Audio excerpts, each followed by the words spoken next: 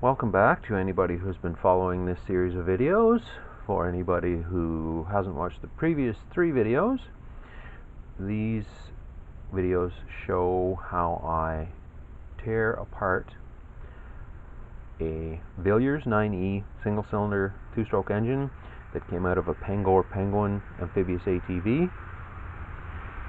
The engine had some issues, and right now it is pretty much apart and cleaned up well enough for examination. It's not ready to go back together yet. It's not. Some parts require replacement, of course. Some require more cleaning, and at the moment we're just checking to confirm what is required parts-wise to put it back together. And I'm going to go through each sub-assembly and explain what it is I look for to make sure these parts are reusable. So I'm going to start with the carburetor. Here we have the carburetor float ball. Inside, put some light in it here. If my light will light. There we go. Okay. See it in there. It's nice and clean inside. And we want to check that this surface here, where it mates to the bottom of the carburetor, is clean and in good shape. No pits in it, so that it can't leak, or less likely to leak. There's a gasket that goes between here and the carburetor, but we want to make sure this is in good shape.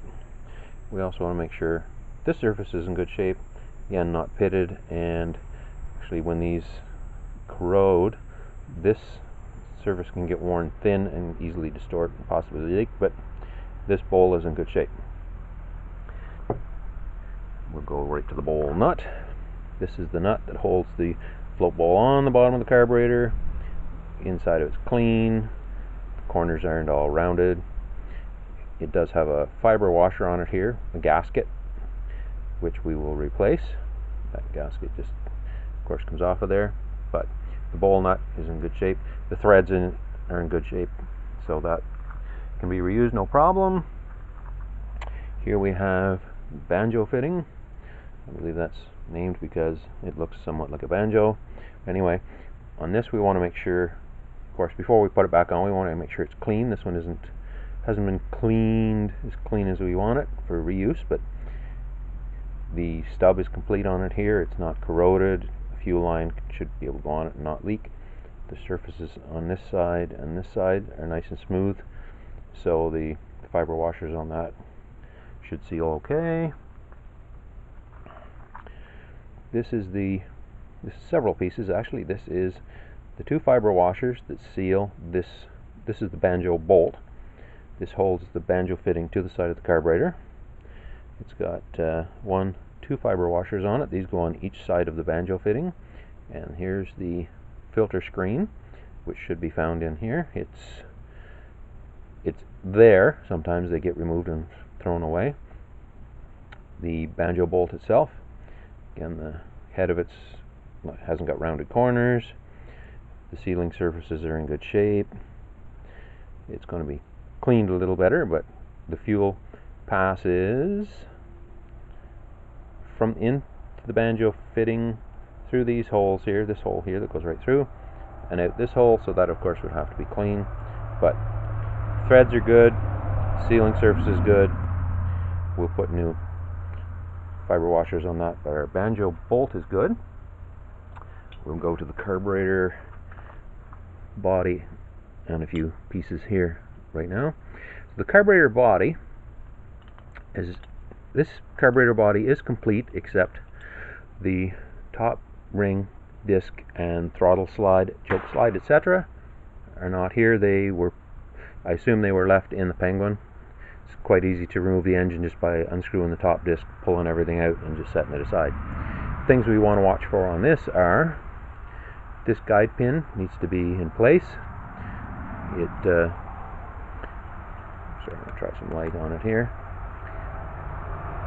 You can maybe see at the bottom there, or on the side, it sticks inside the bore of the carburetor. It's just a pin to keep the carburetor slide from rotating. It should be in there. It shouldn't be a normal screw.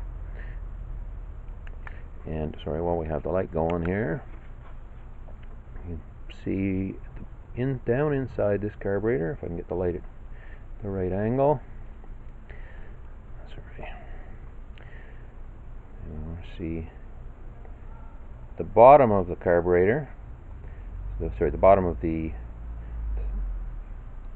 carburetor slide area. Sorry, trying to have a hard time getting the light in there without getting it in the camera, the way of the camera. Anyway, we want to make sure that's clean, and if we can actually see right through the main tube, you can see that that's clear.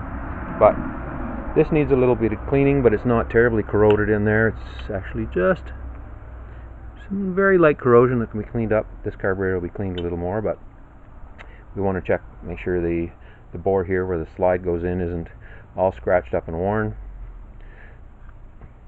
This one seems to be all right. The threads here are in good shape. There's a washer, a gasket that will go here to seal the top disc in place.